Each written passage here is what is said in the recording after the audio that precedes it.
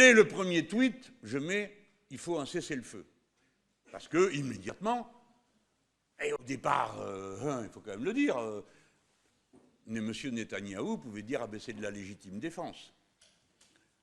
Bien sûr, quand on examine le droit international, la légitime défense ne peut pas être invoquée. Je le dis pour ceux d'entre vous qui ne le savent pas.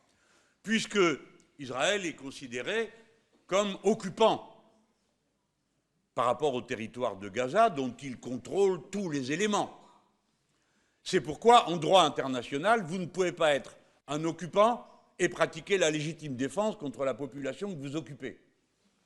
Je dis occupant, et c'est un mot qui a déjà été utilisé à de nombreuses reprises. Par exemple, tous ceux qui se trouvaient en Irak de manière armée, y compris nous, les Français, lorsque nous y étions, étaient considérés par l'ONU comme des occupants.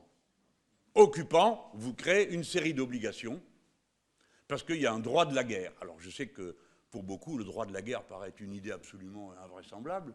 En quoi la guerre devrait-elle se dérouler, alors que quand même la guerre, c'est quand même une série de crimes organisés, hein. En quoi la guerre devrait-elle se dérouler d'après les règles? C'est ce que je vous disais tout à l'heure à propos de l'importance du droit international.